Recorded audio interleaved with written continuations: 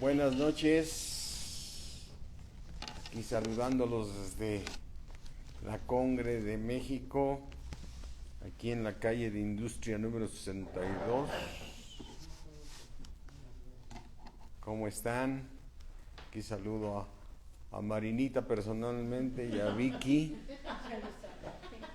en lo que van apareciendo los demás. Gracias por su cooperación. Sigan participando. Hola Verónica, buenas noches. Muy buenas noches a todos. Marinita ya se conectó. Samir, qué gusto. Diana, ¿cómo están? Dani, Patricia, la maestra Patricia Zambrano. Sí, buenas noches a todos. Buenas noches a todos mis hermanos. Creo que hoy va a ser de mucha teología la clase, porque hay una parte muy interesante de aquí que nos da el Señor. Así es que pues vamos a orar para que verdaderamente Dios nos dé sabiduría y enseñanza en esta parte de esta iglesia que viene siendo un momento muy crucial en esta iglesia que vamos a estudiar de Pérgamo, ¿sí? Que es una parte donde yo considero que tiene mucho misterio. ¿Qué tal? ¿Cómo estás, Bernardo? Georgette, buenas noches a todos. Vamos a orar, mis hermanos, porque ya son las 8:14 y ya para que nos alcance el tiempo. Jocelyn, Rosario, buenas noches. Araceli, ¿qué tal? Buenas noches. Vicky ya se conectó. ¿Sí? ¿Sí? Vamos a orar. ¿Qué tal, Citlali? Buenas noches. Padre mío, creador del cielo y la tierra, yo te ruego, Señor, nos sigas mostrando ese misterio tan grande, Señor, y tu grandeza y tu poder, y seguir aprendiendo de ti, Padre. No permitas que hablamos sabiduría humana ni lo que nosotros pensemos, sino lo que nos revele tu precioso Espíritu, Señor. Te doy gracias, mi Dios omnipotente, en el poderoso nombre de nuestro Señor Jesucristo. Gracias, Señor, danos conforme a tus riquezas en gloria el que seamos fortalecidos, nuestra fe se fortalezca el día de hoy, Señor. Te damos gracias, Señor, en el precioso nombre de Cristo Jesús. Amén. ¿Qué tal, Pati? Buenas noches. Toño, ¿cómo estás? Sí, buenas noches a toda la familia García. Buenas noches. Sí, Pidio, ¿cómo estamos? Bueno, vamos a estudiar hoy esta iglesia. Abre tu libro en Apocalipsis y vamos a estudiar esta iglesia de Pérgamo. ¿Qué decíamos el otro día? Bueno, viene del origen cuando fueron los primeros escritos ya escritos en pergamino. Tiene que ver esa relación con esta iglesia. Y esta iglesia es una iglesia la cual recordemos que la primera iglesia fue la iglesia que dejó el Señor Jesucristo, fue la iglesia, la primera iglesia a partir de Pentecostés, que hubo muchos milagros. Por eso esa iglesia dio al 100 por 1 de fruto, pero después dio el 60 y después dio el 30. Y eso el Señor no le agradó. Le dijo: tengo una cosa contra ti, que ya has caído, ve dónde has caído, entonces vuélvete a levantar.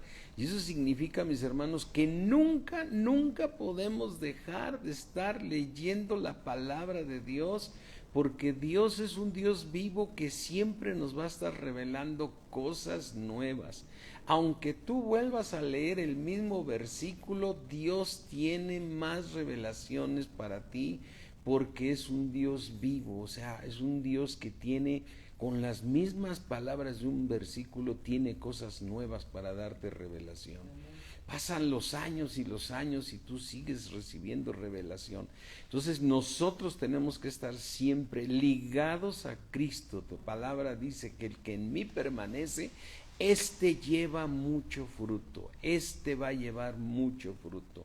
Y el que en mí no permanece no va a poder llevar fruto. Y el Padre dice, y yo soy la vid y mi Padre es el labrador. Y dice, y el que está ligado a mí lleva mucho fruto. Y mi Padre lo limpiará para que lleve más fruto. O sea, fíjate la importancia de estar ligado a Cristo, ¿no? Y entonces vemos esta iglesia de Éfeso que empezó en los últimos años, ya cuando llegaba casi al año 100 después de Cristo, empezó a dejar de producir fruto, y eso fue lo que vio el Señor. Entonces, la iglesia que continúa, si es una iglesia perseguida, si es una iglesia que viene siendo perseguida y va del año 100 al año 330. Fue una iglesia donde los fieles que quedaron, los que siguieron dando fruto, fueron perseguidos y fueron echados a la cárcel, porque recuerda que va siempre, estas iglesias van comparadas con las parábolas que el Señor Jesucristo dio en Mateo 13, ¿no? Porque cuando habla en Mateo 13 de la primera iglesia, que es la de Éfeso, dice, y van produciendo al 100, al 70, al 60 y al 30 por uno. Y después habla de esa iglesia, dice, ¿no sembraste buen fruto en tu tierra, Señor? ¿Por qué entonces veamos y encontramos que en lugar de encontrar fruto en tu iglesia, encontramos que también está dando, mira, vamos, deja ahí una marquita ahorita en donde estamos platicando, y dice en Mateo 13, vamos aquí a Mateo 13, para ligar esta segunda iglesia rápidamente, porque tenemos que entrar a esta tercera, pero quiero poder, dice Mateo 13.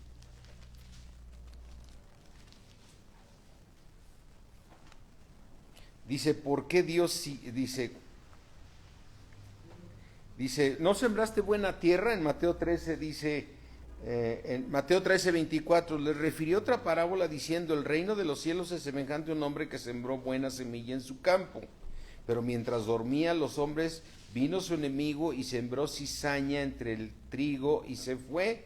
Y entonces, ¿qué sucedió con esta iglesia? Que también empezó a haber cizaña dentro de la iglesia, ¿no?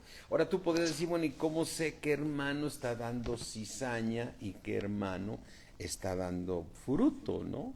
Pues porque la cizaña no da ningún fruto, ¿no? Es decir, recuerda que la clave más importante que nos dio el Señor Jesucristo para poder reconocer a un hijo de Dios que va bien en su caminar es porque tiene que dar fruto. Es decir, tú tienes que estar cambiando constantemente porque empiezas a dar fruto. Esa es la manera. Mira, no son las palabras, no es porque un hermano te hable todos los versículos de la Biblia y te diga conozco esto y que ora y que hace esto. Hay unos que oran muchísimo, hay unos que hablan mucho. Lo más importante es el fruto que estén dando, porque hay personas que inclusive no hablan mucho, pero su fruto es bueno, su familia, como se encuentra todo, ahí encuentras y dices, en este hombre Dios ha estado obrando, porque está dando fruto al 30, al 60 y al 100 por uno. Entonces aquí nosotros podemos tener nuestro punto más importante de cómo medir a un cristiano y cómo medirnos nosotros también. Nosotros nos podemos medir por el fruto que demos.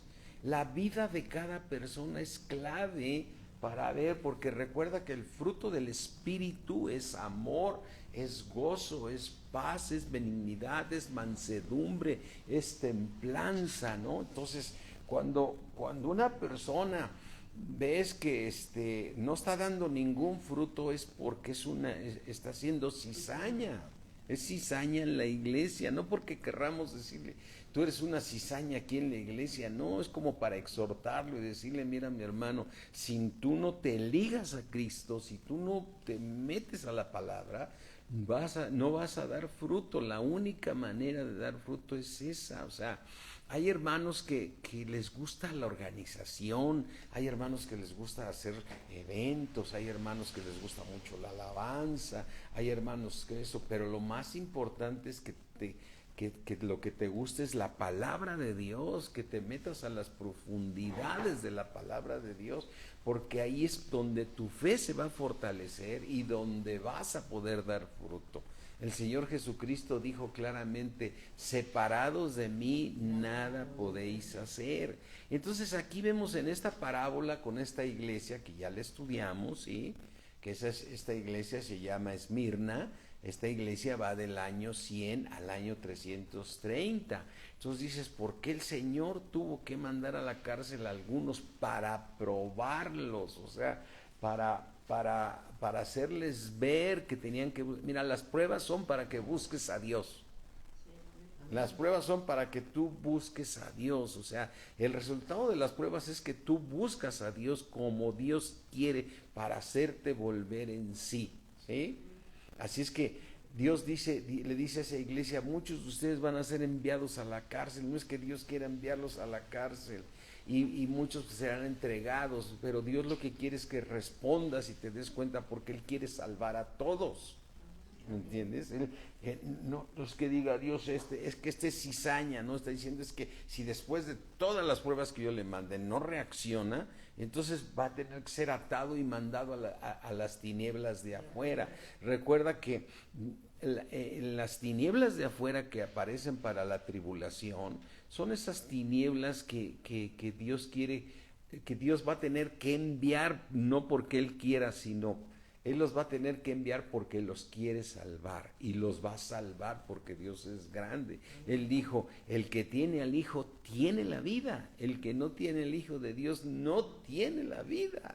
Entonces vamos a pensar, un cristiano recibe a Jesucristo como Señor y Salvador, no se liga a Cristo y entonces no da fruto, pero sigue siendo hijo, y si tiene al Hijo tiene la vida eterna. Entonces Dios en su grandeza lo va a hacer que sea transformado, y esa transformación va a ser en esas tinieblas de afuera, ¿sí?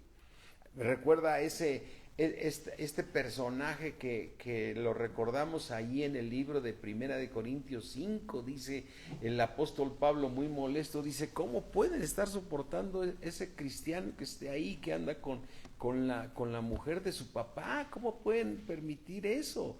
Dice: entregárselo a Satanás para que el espíritu sea salvo en el día del Señor. Qué tremendo, o sea, qué tremendo ver que Dios obra y va a cumplir su propósito, pero lo que Dios quiere es que mejor tú reacciones ahorita.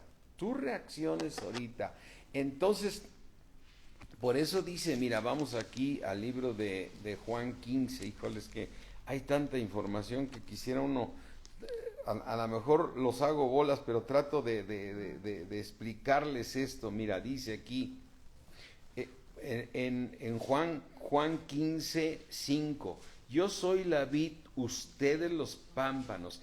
El que permanece en mí, el que permanece en mí y yo en él, este lleva mucho fruto. ¿Qué va a hacer? Va a llevar mucho fruto, ¿sí? Entonces es cuando dice en Juan 15, 2, todo pámpano que en mí no lleva fruto, mi Padre lo va a quitar, porque dice el Señor Jesucristo en Juan 15, 1, yo soy la vid y mi Padre es el labrador. Todo pámpano que en mí no lleva fruto lo quitará, y todo aquel que lleve fruto lo limpiará mi Padre para que lleve ¿qué? Más fruto. Es decir, la clave de todos nosotros es el fruto, no es conocer. Dice en Primera de Corintios 13, recuérdalo, dice: podrás tener toda la fe que puedas mover las montañas, pero si no tengo amor, de nada sirve. podrás conocer los misterios, podrás tener profecía, pero si no tienes amor, de nada sirve. Entonces, quiere decir que nuestra clave más importante de todo lo que estamos caminando en el camino de Dios es ser como Él es. Él como es, Él es amor. Dios es amor. Y si Dios nos quiere transformar a la semejanza de su Hijo Jesucristo para que seamos igual que Él, es porque tenemos que ser amor. Y debemos ser árboles de amor, no porque lo hagamos por mandamiento, sino porque lo damos por fruto, porque es nuestra nueva naturaleza y Dios nos ha dado todas las cosas para poderlo hacer, ¿no? Entonces esa primera iglesia, su error fue haberse desligado de Cristo, a pesar de que evangelizaba, a pesar de que era celosa, a pesar de todo eso, dejó de dar fruto, ¿sí? La siguiente iglesia, que va del año 100 al 330, pues ya traía todo ese enfriamiento, es decir, daban el 30% de fruto y el 70% no daban nada. Entonces Dios tenía que llevarlos a pruebas muy fuertes para que pudiéramos responder. Ahora tú te preguntas, ¿por qué tengo que ser llevado a pruebas? Porque Dios te ama, ¿sí? Mira, recuerda ahora aquí lo que dice en Primera de Pedro. En Primera de Pedro, vamos aquí a Primera de Pedro, y mira, dice, Pedro nos habla claramente, el apóstol Pedro nos habla claramente del plan de Dios, ¿sí? Dice en Primera de Pedro 1:3 que es bendito el Dios y Padre de nuestro Señor Jesucristo, que según su gran misericordia nos hizo renacer. ¿Para qué? Para una esperanza viva. ¿Para qué renaciste tú? Para una esperanza viva, gracias a la resurrección de Jesucristo de los muertos, gracias a que Él fue a la cruz y limpió tus pecados y te puso un espíritu nuevo y puso su espíritu dentro de ti para que tú puedas cambiar y puedas dar fruto. Para una herencia, esta herencia es clara que dice para ir al cielo, para una herencia incorruptible, incontaminada y sin mancha, reservada en los cielos para nosotros, ¿sí?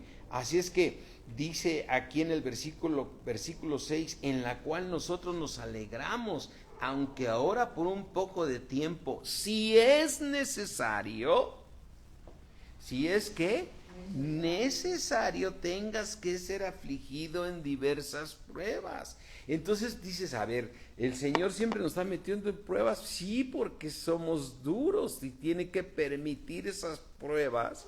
Pero si tú eres una persona que te ligas al Señor Jesucristo y te enamoras y entiendes el propósito que es dar fruto, entonces el Señor no te va a meter en tantas pruebas porque estás caminando en su voluntad. Es decir, una prueba es como un castigo, ¿no? O sea, imagínate que un hijo tuyo se porta bien, se está portando bien y tú todavía lo metes en castigo, ¿no? Después de que se está portando bien. No, pues ese hijo que se porta bien no lo castigas, pero el que se porta mal lo castigas por su bien. Entonces aquí vemos la importancia de las pruebas. Entonces esta iglesia por eso entra en esas pruebas tremendas de las cuales ya las leímos el otro día. Pero entonces al llegar al 330 viene una etapa donde ahora todos esos perseguidos, lo que sucede es que un emperador que es Constantino, el año 330, llega y se vuelve cristiano. Es decir, efectivamente Constantino fue cristiano, pero al hacer oficial la iglesia entra muchísima gente, viene un crecimiento tremendo en esta iglesia que se llama Pérgamo. Esta iglesia sí existió en Asia, pero también nos refleja esta iglesia de Cristo que fue del año 330 al año 800. Lo dices fácil, pero estás hablando cerca de 500 años que duró esta iglesia de Pérgamo. Esta iglesia de Pérgamo fue cuando entró en un crecimiento tremendo. Por eso cuando tú lees Mateo 13, vamos aquí a Mateo 13 y vamos a ver cómo la revela el Señor, cómo revela esta iglesia en Mateo 13 en la siguiente parábola, desde luego, ¿sí? Dice aquí la palabra de Dios, dice Mateo 13, 31. Otra parábola le refirió diciendo, el reino de los cielos es semejante a un grano de mostaza, ¿sí?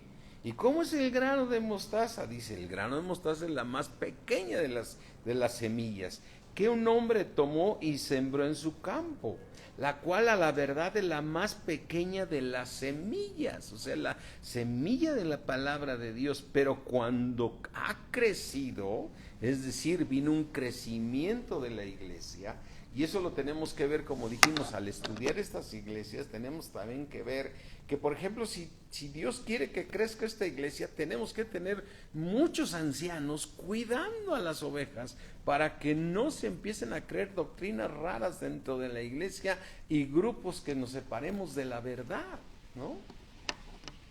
Eso pasa a veces con muchas iglesias cristianas que de repente han crecido desaforadamente porque han hecho programas de evangelismos, abren muchas casas de oración, empiezan y abren, a todo mundo le dicen, abre tu casa, y abre tu casa, y abre tu casa, y entonces de repente en cada casa cada quien está enseñando lo que quiere, ¿no? Cada quien está enseñando lo que quiere, y cuando te acercas a esas ovejas que les están enseñando mal la palabra de Dios, ya se mete gente que nada tiene que ver y empieza a meter formas de doctrinas raras, que fue lo que le pasó a la iglesia de Pérgamo, ¿sí? Es decir, empezó a crecer de tal manera donde ya no hubo un control de la doctrina, aunque la semilla fue buena en su origen, se fue perdiendo y perdiendo. Hoy te da tristeza ver a muchas personas que ya no están ni en Cristo ni en ningún lado y que llegaron a estar y que están arrepentidos por tanto que los ofendieron o los trataron mal. Y esas iglesias hicieron congresos, inclusive rentando auditorios inmensos donde reunían a todos, y es una tristeza ver esas iglesias. Y eso le pasó a esta iglesia de Pérgamo, ¿no? Esta iglesia de Pérgamo que empezó a crecer porque se volvió una iglesia oficial, por eso tiene la denominación de que esta iglesia de Pérgamo significa la legalmente casada, ¿sí? Es decir, fue una iglesia ya permitida y autorizada. Entonces, mira, aquí por ejemplo, vemos aquí lo que Dios la revela en esta parábola. Dice en el versículo 32, Mateo 13, 32, la cual a la verdad es la más pequeña de todas las semillas, ¿sí? Porque el reino de los cielos es semejante a un grano de mostaza que un hombre tomó y sembró en su campo, ¿sí? La cual a la verdad es la más pequeña de las semillas, pero cuando ha crecido es la mayor de las hortalizas y se hace árbol. O sea, siendo una hortaliza, ¿se vuelve qué?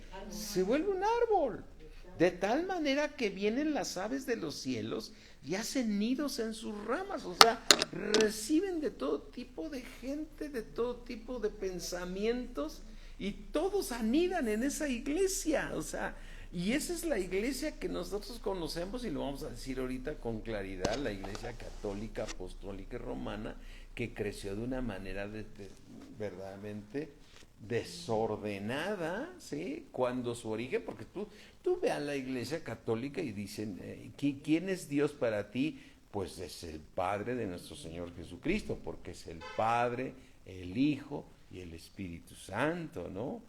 Entonces ahí vemos que esa iglesia cree en el Padre, cree en el Hijo, cree en el Espíritu Santo. Es más, si le preguntas a cualquiera cómo se denominan ellos, todos los ubican como los cristianos. Si preguntas cuántos son los cristianos que existen en el mundo, toman a toda esa población católica, apostólica y romana como cristianos. Es más, si tú y yo en algún tiempo fuimos católicos, cualquiera te hubiera dicho, entonces tú eres cristiano, ¿no? Porque fue una iglesia que creció de una manera un crecimiento verdaderamente de alianza mundana, porque muchos vinieron y anidaron ahí en esa iglesia. Por eso dice, vinieron las aves y hicieron sus nidos dentro de la iglesia. Y ahí se metieron, y se metieron un montón de falsas doctrinas y de todo, y ahí creció, y ahí siguen ellos, y entonces han creado tales doctrinas que el jefe de todos ellos, sí, que ya saben cómo se llaman, para ellos es el representante de Dios en la tierra, y es el vicario. Entonces traen una de doctrinas verdaderamente ya muy, muy, muy mezcladas, pero que a la fecha siguen, pero Dios en su gran misericordia rescató a su iglesia. Y ahora tú y yo somos los rescatados, que para ellos somos los protestantes, porque protestamos, o somos los que estamos protestando, pero que somos como que somos los hermanos que nos alejamos, así nos quieren ver, pero realmente ahora somos la iglesia de Cristo, ¿no? Y a ellos ya están muy, muy lejanos de esta verdad. Pero aquí vemos ese crecimiento y cómo la compara. Ahora vamos a ver qué habla de ella, que está muy interesante y no creo que nos vaya a alcanzar el tiempo el día de hoy para estudiarla toda, pero vamos aquí a Apocalipsis 3, aunque tiene pocas palabras, tiene mucha profundidad, mis hermanos, ¿sí? Así es que vamos aquí a Apocalipsis, ¿sí? Y lo vas a ver en Apocalipsis 2, dice Apocalipsis 2:12, vamos a ver esta iglesia que empezó, recuerda, en el año 315, 330 y terminó en el año 800. Dice, escríbele al ángel de la iglesia en Pérgamo, ¿sí? ¿Sí? Entonces, a ver, ¿esta iglesia tenía obispos? Sí, amén, sí tenía obispos. A ver, ¿cómo se llaman en la iglesia tradicional los representantes después del jefe de ellos? ¿Cómo se llaman? Obispos. Y dice, y ahora, ¿de dónde sacaron el nombre de obispo? Tú lo puedes ver en primera Timoteo 3. Si alguno anhela obispado, buena obra desea, ¿sí? Entonces quiere decir que esa iglesia, la iglesia de Cristo, estaba llena de muchos obispos, ¿no? Los cuales estaban escondidos porque era una iglesia perseguida, pero de repente se vuelve oficial y yo quiero imaginarme que llaman a todos los obispos y dicen, permítanme, ustedes eran los pastores, ¿no? De todas esas iglesias. Y entonces, ahí sale en la organización, dice, a ver, vamos a poner a alguien que los maneje a todos ustedes. Entonces ya sacaron uno de Roma y dijeron, este va a ser el que va a gobernar a todos ustedes. Y entonces ya empezaron a hacer uno, como están ahorita, ¿no? Hay un jefe y hay muchos obispos, pero ya esos obispos ya están muy lejanos de donde es la palabra de Dios, ¿no? Y aquí lo vemos en Apocalipsis 2, dice, escríbele al ángel de la iglesia en Pérgamo, el que tiene la espada aguda de dos filos, que es el Señor Jesucristo, dice, yo conozco tus obras y dónde vives y a dónde estás. ¿Sabes dónde estás? Donde está el trono de Satanás. O sea, ya no estoy yo, ¿sí? Has puesto a Satanás ahí, ¿sí? O sea, hay unas teorías que dicen, no, lo que pasa es que en Pérgamo era un lugar muy mundano, ¿no? Pérgamo era un lugar muy mundano, por eso dice que moraba ahí Satanás. Ahora yo te pregunto, dime en qué lugar no mora Satanás. Fuera de la iglesia de Cristo, fuera de la vida de un cristiano, Satanás mora en todas las gentes que no son cristianas. Velo así. El mismo apóstol Juan escribe en primera de Juan, sabemos que somos de Dios, aleluya, sabemos que somos de quién, de Dios, y el mundo entero está bajo el maligno. Entonces esa teoría vi cuando me han dicho, lo que pasa es que Pérgamo estaba en un lugar donde había muchos mundanos. Le dije, pues en todas partes hay mundanos.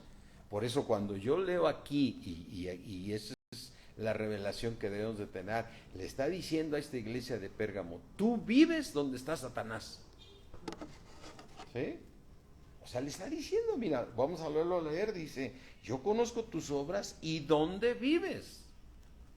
Vives donde está el trono de Satanás. Aunque retienes mi nombre y no has negado mi fe, porque imagínate en el año 330, pero ya había en ese árbol que dice, ya había muchos visitantes ahí, ya no estaba la palabra de Dios. Y esa es una de las cosas más difíciles de que debemos darnos cuenta cuando el Señor le dice a la última iglesia, a la Odisea, dice, yo estoy a la puerta y llamo. Si alguno oye mi voz, dice, yo entraré a ustedes, cenaré con ustedes, porque ya no estoy ahí, ¿no? Y entonces aquí vemos, por ejemplo, dice, ni aun en los días en que Antipas, mi testigo fiel, fue muerto entre ustedes. Este Antipas era en aquel entonces se nació un cristiano que murió entre ellos, ¿no? Un fiel cristiano que murió entre ellos, ¿sí? Dice, ¿dónde mora quién? ¿Dónde murió? Donde vive Satanás. ¿Sí? Donde vive Satanás. ¿Sí? Entonces dice, pero tengo unas pocas cosas contra ti, que tienes ahí a los que retienen la doctrina de Balaam. Qué impresionante. Dices, bueno, ¿y quién es Balaam? ¿No? Que enseñaba a Balac a poner tropiezo ante los hijos de Israel, a comer cosas sacrificadas a los ídolos y a cometer fornicación. Entonces, cuando tú estudias a Balaam y a Balac, resulta ser que Balaam no era del pueblo de Israel. Era una persona que sabía que Dios hablaba y que también lo podía corregir y alinear, ¿sí? Así es que mira, vamos a leer un poquito de Balaam y de Balac. ¿Les parece bien? Vamos al libro de Números 24. Ahorita les digo, Números.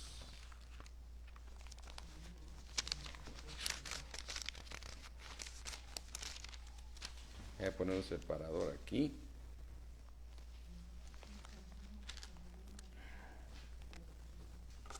Vamos a Números, ahorita les digo. Hoy te dije que esta clase iba a estar de mucha teología. ¿Sí?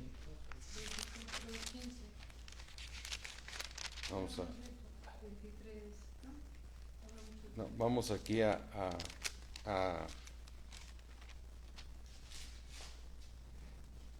Números 22, perdón.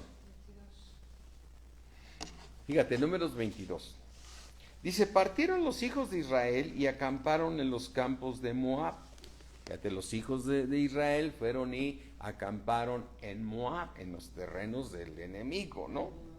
Junto al Jordán, frente a Jericó. Recuerda que ellos tuvieron que tomar Jericó, ¿sí?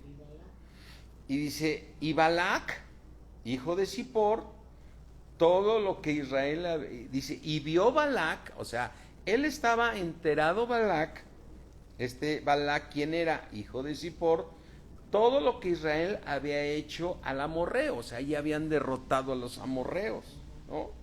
Entonces, ya los habían derrotado y Moab tuvo gran temor a causa del pueblo, ¿sí? Porque era mucho el pueblo y se angustió Moab a causa de los hijos de Israel, porque venían derrotando a todos por la gracia de Dios y el poder de Dios, ¿sí? Y entonces vemos aquí en el versículo 4, y dijo Moab a los ancianos de Madián, o sea, los madianitas, ¿no? Ahora lamerá esta gente todos los contornos, o sea, nos van a destruir. como lame el buey y la grama del campo. Y Balac, hijo de Zippor, era entonces, ¿quién era Balac? Rey de Moab, de los moabitas, ¿no? Entonces entendemos, o sea, llega entonces los hijos de Israel y se instalan en los terrenos de Moab, donde el rey era Balac, ¿sí?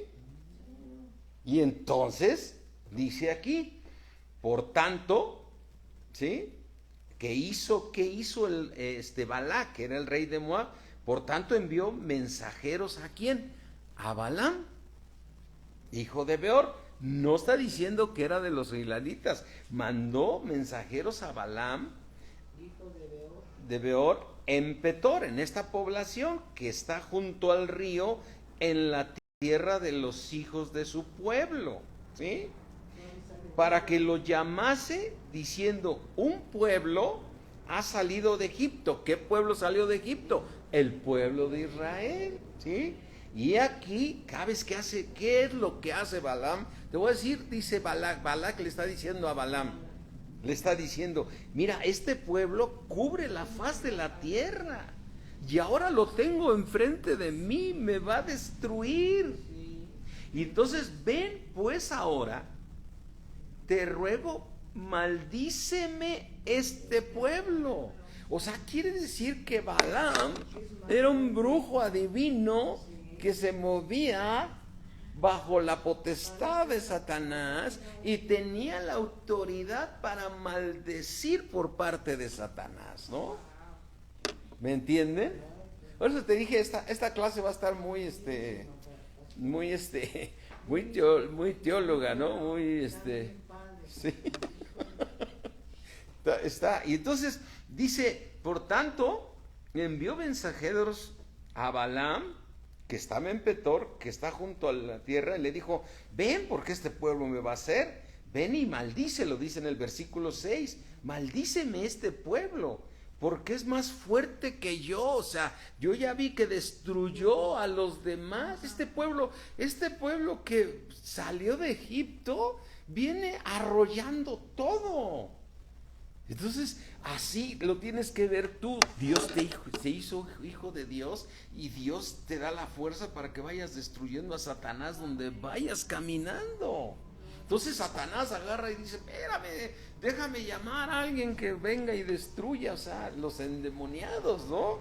Y entonces dice, es más fuerte que yo, quizá yo pueda herirlo y echarlo de la tierra, pues yo sé que el que tú bendigas, o sea, Balaam, al que tú bendigas será bendito, y el que tú maldigas será maldito, porque eres un instrumento del enemigo. ¿Sí? Y entonces va y dice, fueron los ancianos de Moab, ¿sí? A ver a quién, a ver a Balaam. Entonces fueron los ancianos de Moab y los ancianos de Madián, ¿sí? Con las dádivas de adivinación en su mano, y llegaron a Balaam, ¿sí? Con dádivas de adivinación en su mano, llegaron a Balaam y le dijeron las palabras de ¿quién? Del rey de Balac. ¿Quién era Balac? El rey de los moabitas, ¿no? Y él les dijo, Balaam contestó, reposad aquí esta noche, y yo os daré respuesta según Jehová me hablare. O sea, dice, espérame, hay un Señor que no me puedo mover así tan fácil. O sea, si Él está con ellos, no va a estar así tan fácil, ¿no? Y entonces, y dice, así los príncipes de Moab se quedaron con Balaam. Y vino Dios a Balaam y le dijo, ¿qué varones son estos que están contigo? ¿No? Qué impresionante que el Señor hablándole a un adivino, y le dice y Balaam respondió a Dios, Balac, hijo de Zippor, rey de Moab, ha enviado a decirme, he aquí este pueblo que ha salido de Egipto cubre la faz de la tierra, ven pues ahora y maldícemelo, quizás podré pelear contra él y echarlo fuera. Ahora, velo en la parte espiritual esto. ¿Ves Satanás qué quiere hacer? Quiere destruirnos a nosotros. Y mira, cuando tú estás bendiciendo, cuando Dios te está usando para ganar almas y empieza a llegar a tu familia, a Cristo, y empezamos a ver la bendición, entonces Satanás te quiere destruir. Y eso es lo que tenemos que entender, que por eso te empieza a voltear y te empieza a poner en problemas con los mismos hermanos y por aquí y por allá, porque estás ganando las batallas. Amén. Por eso decíamos, este estudio de las iglesias lo tenemos que ver en 3 fases. 1, lo tenemos que ver como que existió en Asia, la iglesia. 2, que es la historia de la iglesia. Pero 3, también lo tienes que ver en tu propia vida. En tu propia vida. Imagínate Satanás que ha de decir de ti, oye, imagínate cuando tú te acercas a un pariente que ha estado, un pariente que está en manos de Satanás, que toda su vida rindió su vida a dioses ajenos o anduvo en cosas de tinieblas, ¿sí? Ese espíritu, ese familiar, aunque tú lo amas, ahí está metido Satanás y dices, ¿a qué te acercaste a mí? Vienes acechando y ganando terreno por todas partes. Entonces Satanás va a echar toda la carne al asador para quererte destruir. Pero sabe Satanás que si tú sigues firme, nada podrá hacerte frente. Nada te podrá hacer frente. Entonces lo que tienes que hacer es más buscar a Dios, más caminar en amor, más hacer la voluntad de Dios, porque la batalla está ganada. ¿Sí? La batalla está ganada, mis hermanos. O sea, son cosas que debemos entender, porque muchas veces los cristianos empezaron, mira, ya llegó mi primo, ya llegó mi prima, ya llegó mi familiar, y ya rindió su vida fulano de tal, y te gozas, pero por otro lado te está golpeando Satanás, porque entonces está diciendo Balac, ay, ya se me vino a poner aquí enfrente, ¿no? Y entonces viene y busca a otros peores, busca a Balaam, dice, Balaam, tú puedes venir a ayudarme, pero el mismo Satanás dice, no, si viene la voluntad de Dios no va a ser fácil, y ve lo que pasa aquí, y entonces Balaam, aquí hay agüita, permítame, porque he hablado mucho, entonces, pues te digo, no creo que terminemos hoy, pero está muy...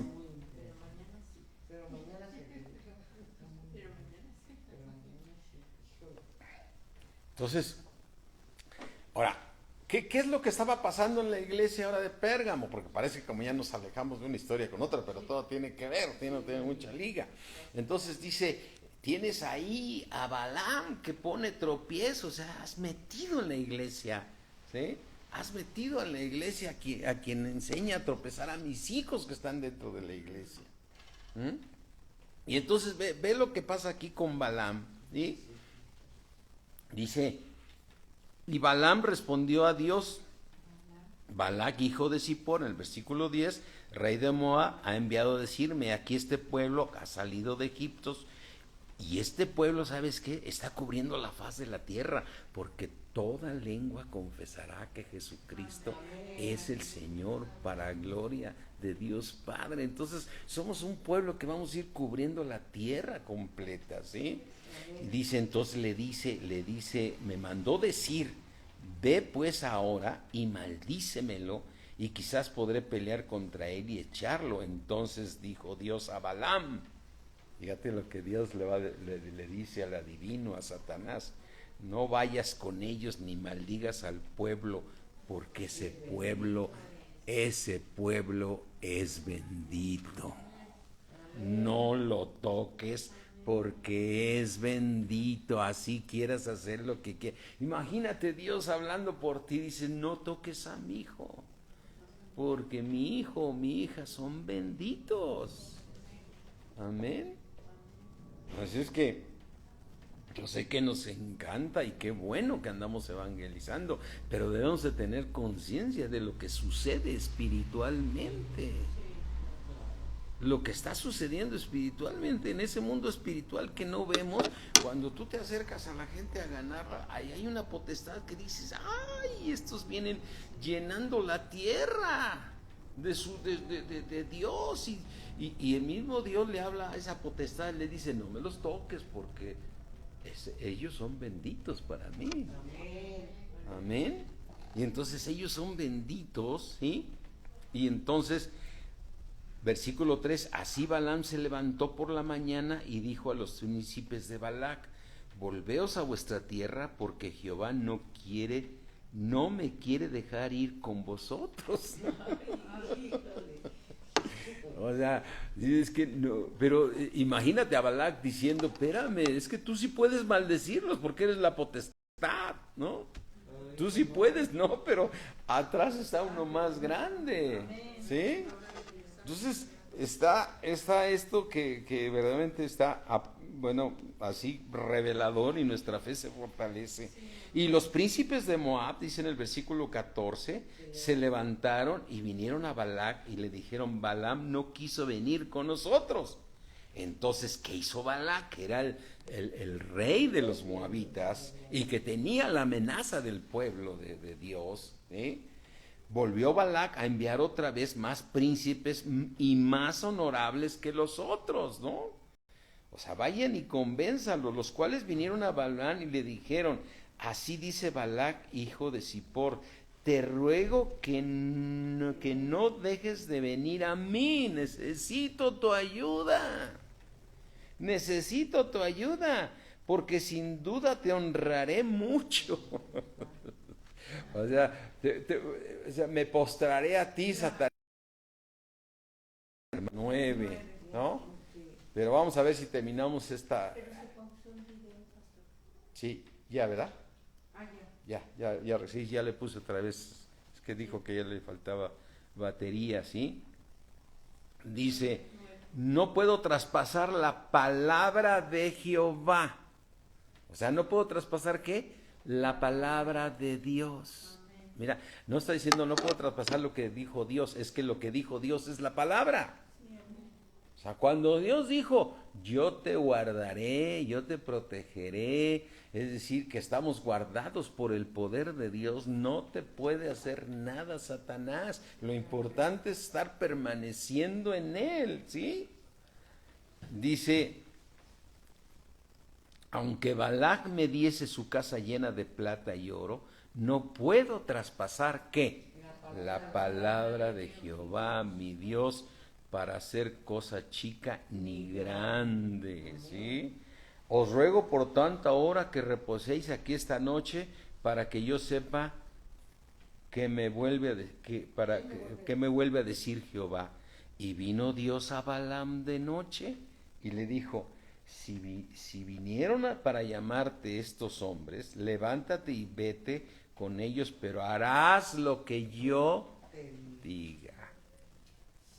¿Te das cuenta cómo Dios puede tener control de todo? Dios tiene control de todo, mis hermanos, ¿sí? Y entonces ven aquí, dice en el versículo 21, así Balaam se levantó por la mañana y enabardó su asno y fue con los príncipes de Moab. Y la ira de Dios, ¿qué pasó? Porque él iba. A pesar de que le dicho, ve, se vino la ira contra él porque él sabía, él sabía que lo que quería Balac era que maldijera al pueblo, ¿sí? Y el ángel de Jehová se puso en el camino por adversario suyo. Iba pues él montado sobre su asno y con él 2 criados suyos, ¿sí? Y el asna, fíjate, ¿qué vio el asna? O sea, ¿qué vio el asnita? Al ángel de Jehová. Y el asna vio al ángel de Jehová que estaba en el camino con su espada desnuda en su mano.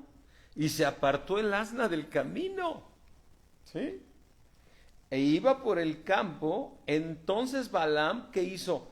Azotó al asna para volverla a regresar al camino. Pero el ángel de Jehová se puso en una senda de viños que tenía pared a un lado y pared al otro. O sea, el ángel de Jehová se pone en una senda de viñas donde tenía por un lado pared de un lado y el otro, y viendo el asna al ángel de Jehová, se apegó a la pared y apretó contra la pared el pie de Balaam, y él volvió a azotarla, ¿sí? Y el ángel de Jehová pasó más allá y se puso en una angostura donde no había camino para apartarse ni a derecha ni a izquierda. ¿Qué le estaba diciendo Dios a Balaam? Por aquí no vas a ir, regrésate, Satanás no vas a pasar. ¿Y él qué hacía? A fuerzas, porque él no era del pueblo y él podía maldecir o bendecir. Y entonces este Balaam finalmente sí quería ir, pero decía, no, pero Dios me está diciendo ni te acerques. Y cuando le dice, ve si quieres, pero si vas a hacer lo que yo te diga. ¿Y qué le dijo Dios? No vas a ir. No vas a ir. Y entonces hace que le pone freno para que él no llegue, ¿sí? Y entonces dice en el 26, y el ángel de Jehová pasó más allá y se puso en una angostura donde no había camino para apartarse ni a derecha ni a izquierda. Y viendo el asna otra vez, ¿quién veía a Dios? Y viendo el asna al ángel de Jehová, se echó debajo de Balaam, y Balaam se enojó y azotó al asna con un palo, ¿sí? Y entonces, ¿qué hizo Dios? Abrió la boca del asna, ¿sí? La cual le dijo a Balaam, ¿qué te he hecho? Me has azotado estas 3 veces. Y Balaam respondió al asna, porque te has burlado de mí. Ojalá tuviera espada en mi mano que ahora te mataría. Y el asna dijo a Balaam, ¿no soy yo tu asna? Sobre mí has cabalgado desde que tú me tienes hasta este día. He acostumbrado a hacerlo así contigo. Y él respondió, no. Entonces Jehová abrió los ojos de Balaam y vio al ángel de Jehová que estaba en el camino y tenía su espada desnuda en su mano, y Balaam hizo reverencia. ¿Qué hizo Balaam? Reverencia a Dios, y se inclinó sobre su rostro, y el ángel de Jehová le dijo, ¿por qué has azotado tu asna 3 veces? He aquí yo he salido para resistirte. Yo he salido ¿para qué? Para resistirte, porque tu camino es perverso. Tu camino es perverso, tú quieres ir contra mí. Recuerda cuando Pablo también le dijo el Señor Jesucristo a Pablo, ¿por qué me persigues? Y Pablo podría haber dicho, yo no te estoy persiguiendo a ti, estoy persiguiendo a los cristianos. Si los persigues a ellos, me estás persiguiendo a mí. Y si tú vas a ir a darle un consejo para maldecir a mi pueblo, estás en contra de mí. ¿Te das cuenta el Dios que tenemos a nuestro favor? Que hay un enemigo que anda viendo a quién devorar, pero tenemos un Dios que está a nuestro favor. Aleluya. Entonces cuando tú vas ganando las batallas, Satanás se va a querer venir encima de ti, y el Señor está a tu favor y lo va a detener. Amén. Entonces aquí vemos, vamos a ver si, miren mis hermanos, que son 21:06. Si quieren terminamos a las 9. No, ya se tienen que irse. Sí, no. Vamos a dejarlo aquí, mis hermanos, porque está muy interesante esta teología, ¿sí? que nos lleva a explicar esta iglesia de Pérgamo, que le dice con palabras así, que estos que tienen la doctrina de Balaam, que enseña, ¿sí? Ahora ya podemos entender bien quién es Balaam, ¿sí? Que enseña a Balac a poner tropiezo a mis hijos, ¿sí? A estar en contra de mis hijos que están en esa iglesia de Pérgamo. Así es que dale la gloria a Dios. Cierra ahí tus ojos. Padre, gracias por revelarnos estos misterios, Señor, de los cuales, Señor, tu palabra siempre está viva para nosotros. Siempre tienes cosas maravillosas que nos enseñas, mi Dios omnipotente. Siempre tienes palabra para que nos muestres esos misterios tan grandes, Señor, y saber que tú estás con nosotros. Si tú eres por nosotros, ¿quién contra nosotros, Señor? ¿Quién contra nosotros? Satanás quiere destruirnos, Señor, pero tú estás con nosotros y nada nos podrá destruir porque tú estás por nosotros, Padre. Somos tu pueblo, Señor. Podemos entender más que nunca que tú eres nuestro Dios. Aleluya. Gracias te doy, Padre. Sí, gracias, Verónica, gracias a Georgetos, que es muy edificante poder entender todos esos misterios. Gracias, mi Dios omnipotente, en el nombre poderoso de Cristo Jesús. Amén. Amén, mis hermanos. Pues mañana continuamos con esta clase de esta iglesia que está muy interesante, ¿verdad? Bueno, Dios me los bendice mucho. Buenas noches. Bye. ¿Verdad que está bonita? Está interesante, ¿verdad?